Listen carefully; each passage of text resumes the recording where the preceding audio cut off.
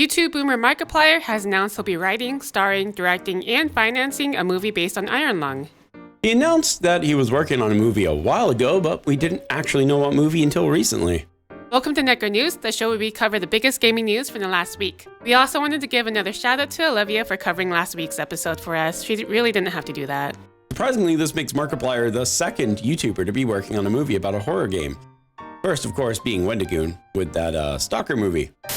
We've got a lot of Microsoft news this week, but before that, let's start with a primer. Veteran journalist Jeff Grubb stated on Twitter that Hi-Fi Rush didn't make the money that it needed to make. He stated that blame was placed on the sudden launch of the game, the $30 price tag, and that it was on Game Pass. Furthermore, Grubb then went on to state that Xbox is due for a house cleaning and that people might start losing their jobs. Shocking. Shortly afterwards, however, Aaron Greenberg, the vice president of Xbox Games Marketing, went on Twitter to explain everything. Hi-Fi Rush was a breakout hit for us and our players in all key measurements and expectations. We couldn't be happier with what the team at Tango Gameworks delivered with this surprise release. So basically, Grubb was wrong. But that didn't stop him from defending himself by saying, "But to be clear, I don't really know how Microsoft measures success. This was just a small passing statement in a larger conversation." TLDR, he was speaking out his ass. Blame can't really be put on him for this though, or at least not for thinking this way. Rumors are swirling that Microsoft is not happy with the Xbox brand, and that does come from the conversation that Jeff was talking about. In his most recent podcast, Do you think management is happy with the state of Xbox right now? I can tell you they are not.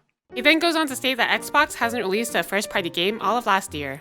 Which, while writing this, it dawned on me that, yes, there are less games for the Xbox Series S than there is for the PS5. Why even buy an Xbox at this point when they have Game Pass, which allows you to play most of these games on PC anyway. But what do you guys think? Do any of you have an Xbox Series X? Do you guys regret it? Let us know. The UK CMA has blocked the Microsoft purchase of Activision Blizzard. They stated that the reason for this would be that it would alter the future of fast-growing cloud gaming market.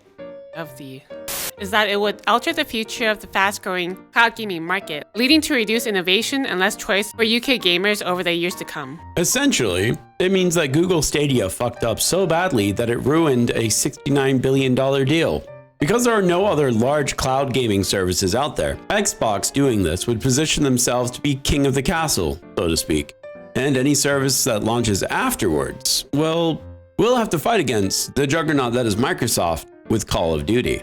I have a lot to say on the matter, because honestly, I have this little booster inside of me that says something is wrong here. He likes his tinfoil theories though. But besides all of that, Activision Blizzard has posted strong Q1 results with their net income jumping to a whopping 87%. It's because they have Candy Crush, okay? That's the only reason. I say, hoping people don't consciously give Actiblizz money. it's okay, Ellie, because Blizzard got sued by NetEase for $44 million. Well, technically, they didn't.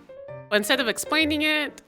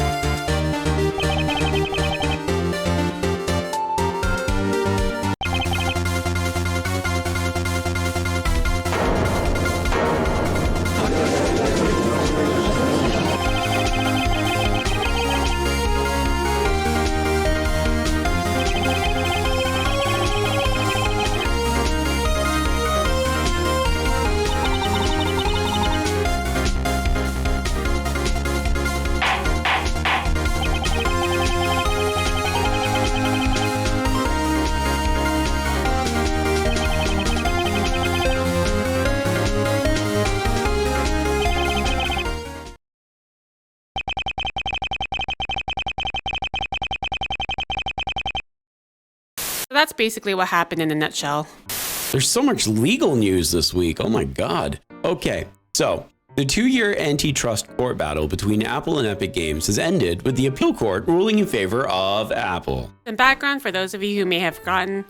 Epic basically tried to sue Apple back in August of 2020 when they tried to circumvent the Apple's 30% platform fees by letting people pay in-game directly to Fortnite. As a result, Apple yeeted the game from the App Store and deleted Epic's developer account. Strangely, the court stated that there is a lively and important debate about online transaction platforms with market power. Our job as Federal Court of Appeals, however, is not to resolve that debate. Instead, in this decision, we faithfully applied existing precedent to the facts. But aren't precedents set in cases like this? Well, you see. Stop. This is just not a good week for gaming, indie or otherwise. The indie game Lorena and the Land of Ruins has been revealed that they are removing the adult content from the game. The publisher revealed on their website that the developer, Shiminawan, I don't know if I said that right, had requested that the 18+ version of the game not be released to the West, and that the Japanese version be patched to remove the content. I wish I could blame this on some sort of external pressure, as the Japanese version of the game has already been out for like 2 years. But honestly, this is just the developer trying to change his image poorly. This isn't all that weird for companies to do. Look at series like Fate's Stay. That was a hentai once too, you know. Live from the scenic tunnel. Our final story of the week, Like a Dragon Gaiden, the man who erased his name. What a mouthful of a name. Held auditions for a cabaret club girl that would be placed into the game. After holding auditions, a girl was finally selected. Well, actually, it was 5 girls, one of which, however, was famous VTuber and streamer Kson. For those of you who don't know, Kson is a huge Yakuza fan, so her addition to the game, as well as the return of Kiryu, made her very happy. Which is why I didn't even know Kiryu was coming back. I thought Ichiban was going to be the only guy. I thought Kiryu died. It was fate. I guess so. Well, that's it for this week's stories. Our Buried Alive Banger this week, that's a segment where we cover games the community doesn't think has had enough attention, is Cassette Beasts. Cassette? Yeah. Longtime friend of ours, Umbrit, actually recommended this game to us a few weeks ago. It's a fun twist on the monster capturing formula, where you can catch, combine, and evolve monsters. Attacks come in the form of stickers, which you can peel and swap between any monster, which makes the game have some incredibly deep gameplay. It's available now for $20, so check that out.